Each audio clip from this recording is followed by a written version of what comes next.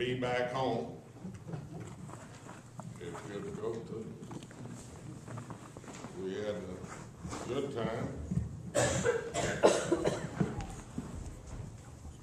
My wife is getting word that she is reasonably capable of staying with us for a whole week. Up on top of a mountain 8,000 some odd feet high.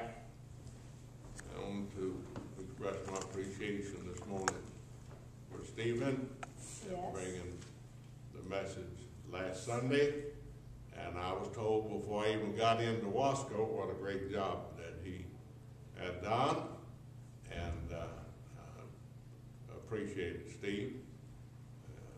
I appreciate the people who attend this church. Amen. I said, I appreciate the people who attend this church. I know most of the time I don't act like it, but I've been married to that young lady in there for 54 years, and most of the time I don't act like that. I appreciate that married wife, but I appreciate you people coming here and endeavoring to come to an understanding of the faith that was once delivered unto the saints. Now, whenever we begin to look at the season that we are in, the Christmas season, I noticed up at our city hall it said, Happy Holiday. And in other places where that we are trying to get in the spirit of the holidays.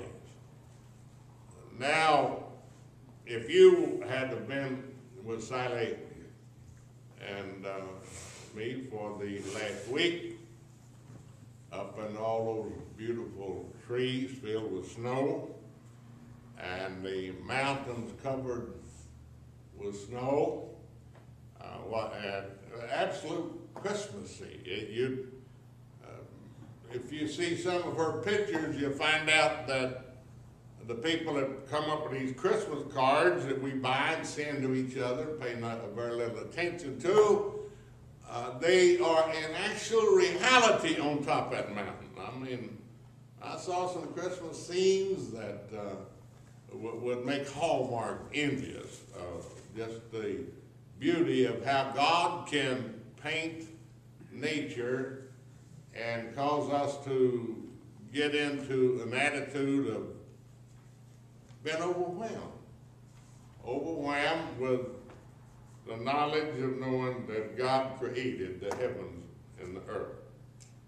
At this Christmas time in America, we find that we have many, many problems. It's not the first time that we've had problems, because I can remember in 1941, at about 10 o'clock in the morning, we were out playing, and I heard over the radio that the Japanese had bombed Pearl Harbor.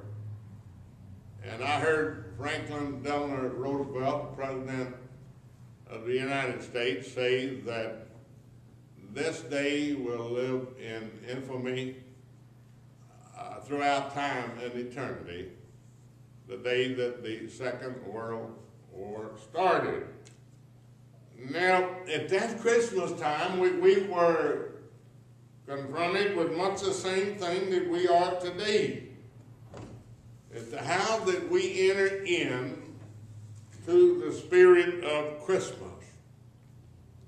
Many Americans today are filled with rage.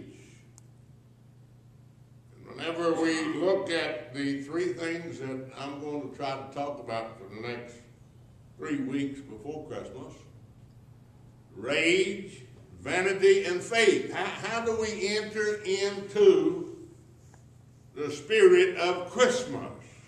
Amen. How we're supposed to enter into the spirit of Christmas. Did you know that there are 80+ percentage of the American people They claim to be Christian. Now, the term Christian means a follower of the way. In other words, there are certain things that we believe in common. As they were decorating the hill up at Lake Tahoe, and they putting up the Christmas trees and all of the decorations and the Santa Clauses and the reindeers, and there was something about how that it fit so well up there in that mountain with all the trees and the snow and just the whole environment. I had to be very careful. I'd get caught up in the spirit of Christmas. Now, today's paper and throughout this week, they've been talking about a group of people spending millions of dollars. They're called humanists, atheists, spending millions of dollars again this year, as they have for the past several years, attempting to prove to 80-some-odd% of us that there's not a God. Now, to me, that is an individual that approaches Christmas in a state of rage. They get upset because that you and I believe in the babe that was wrapped in swaddling clothes, lying in a manger. Now, as far as I'm concerned, up here at our little old rinky-dink city hall, there should be a nativity scene out in front of that on the ground that we own.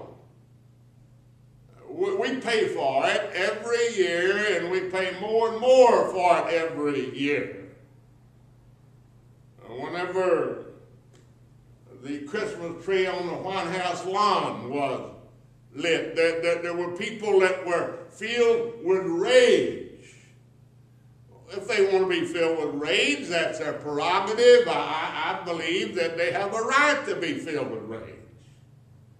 If they want to fold at the mouth, if they want to spend millions of dollars putting signs on the New York buses and the subways, you can be holy without God, or there is no God. That's their prerogative. Let them do that, because they are filled with rage. Now, I went to find out what rage meant in the Greek and the Hebrew, but in the English language that we use, Webster said that's insanity or madness. It's madness to spend your hard-earned money to try to prove that something doesn't exist. Now, whenever the people that are filled with rage, the atheists, the less than 0.5% of the American people.